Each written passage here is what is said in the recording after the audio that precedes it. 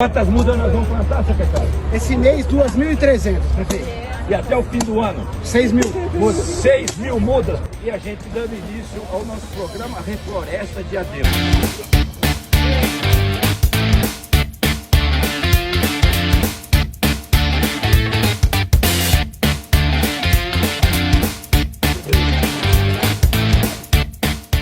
Plantamos aqui um IP que, junto com a ajuda dos nossos companheiros aí, trabalhadores do nosso bairro Melhor, eu fiz esse plantio e nós vamos ver essa árvore florescer, como é o lema de Diadema: Floresça Diadema!